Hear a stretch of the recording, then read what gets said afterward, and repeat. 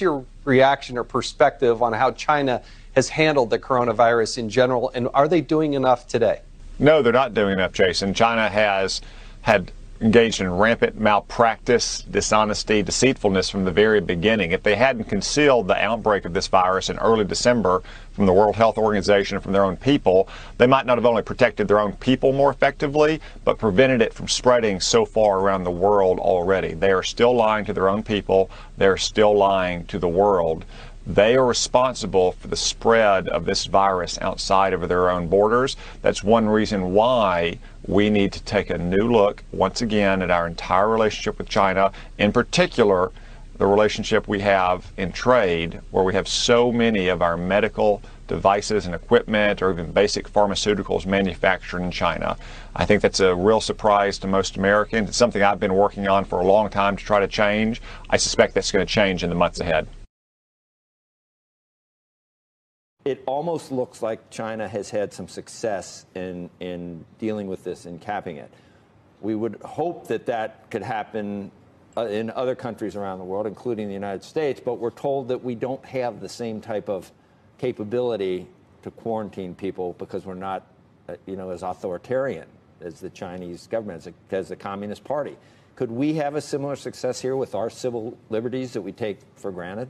Yeah, I'm confident we can handle it here. I'm confident that we'll handle it better than any nation in the world.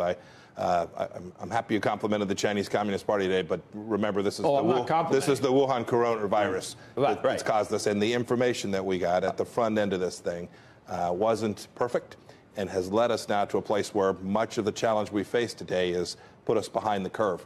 And that's not it's not the way infectious disease doctors tell me it should work. It's not the way America works with the transparency and openness and the sharing of the information that needs to take place.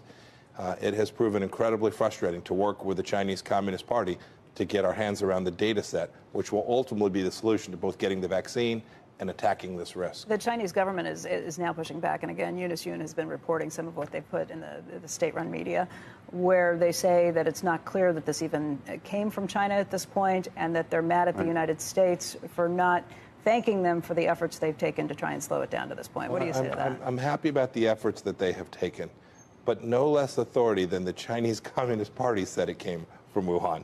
So don't take Mike Pompeo's word for it.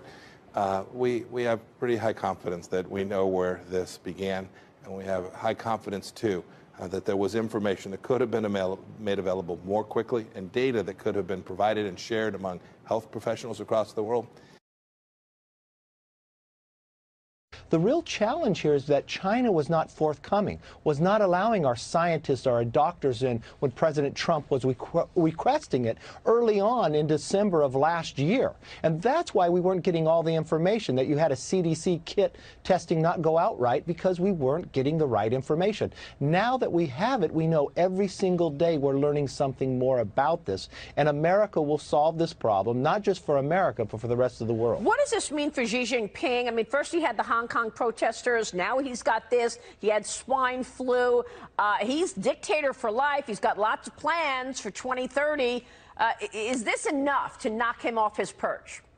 I don't know if it's enough to knock him off his perch, but you know his standing has had to have fallen along with his country. To deny our doctors to be in there is now affecting the rest of the world. The other thing, his own economy. I know it's a closed economy, so how much will people actually know in society? But there are millions of people who are out of work being told to stay home. And now every country is going to look at their supply chain. And we as America should, just as President Trump has asked us to before. Our key ingredients to our own medicines, our critical minerals to so many things we make, we're reliant upon China, and we do not want to have that happen. When you saw a problem just now and they weren't forthcoming, they weren't open about it, where we could have contained this inside China. How do you think China has handled this issue? They seem to have started out early on with some rather confusing statements about where it was starting, and now in recent weeks they've even denied that it started in China.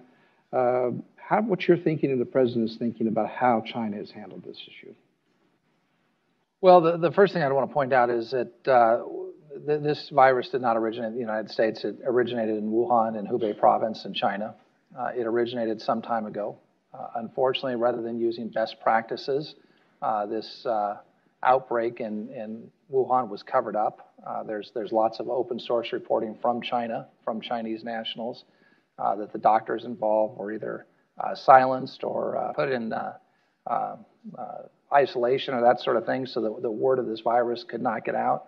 It probably cost the world community 2 months to respond, and those 2 months, if we'd had those and been able to sequence the virus and had the cooperation necessary from the Chinese, had a WHO team been on the ground, had a CDC team, which we'd offered, been on the ground, I think we could have dramatically curtailed what happened both in China and what's now happening across the world. So, that's how it started. But it is, look, it's the way that this started out in China and the way it was handled from the outset was not right. It should have been handled differently.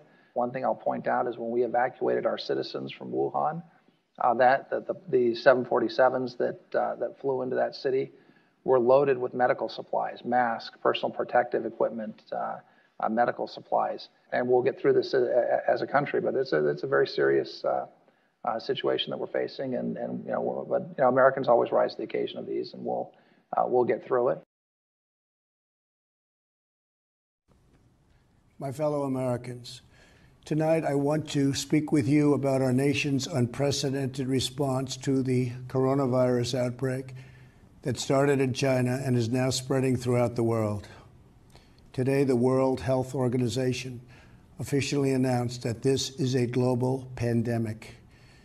We have been in frequent contact with our allies, and we are marshaling the full power of the federal government and the private sector to protect the American people.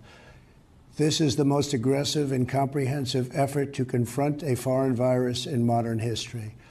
I am confident that by counting and continuing to take these tough measures, we will significantly reduce the threat to our citizens, and we will ultimately and expeditiously defeat this virus.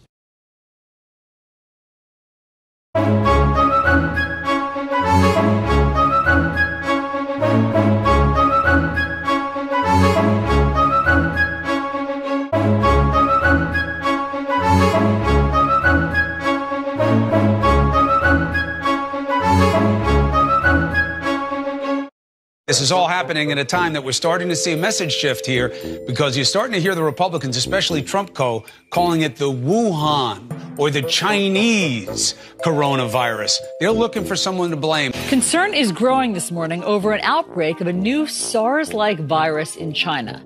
At least 6 people have died from the Wuhan coronavirus. The Wuhan coronavirus. The Wuhan coronavirus. The 34-year-old ophthalmologist diagnosed Saturday with the Wuhan coronavirus. The Wuhan virus. The Wuhan coronavirus. The Wuhan coronavirus. What more can you tell us about the similarities or differences between SARS and the Wuhan coronavirus? The Wuhan coronavirus. The Wuhan coronavirus in China. The Wuhan coronavirus. The Wuhan coronavirus. And the Wuhan coronavirus. Wuhan coronavirus. Fears continue to grow over the outbreak of the Wuhan coronavirus. Wuhan coronavirus. The Wuhan coronavirus. The Wuhan coronavirus. We have new information about how the Wuhan coronavirus is spread. Tying coronavirus to China and Chinese people isn't just a racist dog whistle. It's a whole racist orchestra. It's a mighty, mighty racist bass tone. I hear Stephen Miller in this foreign virus setting up travel bans for the outside invasion of the disease.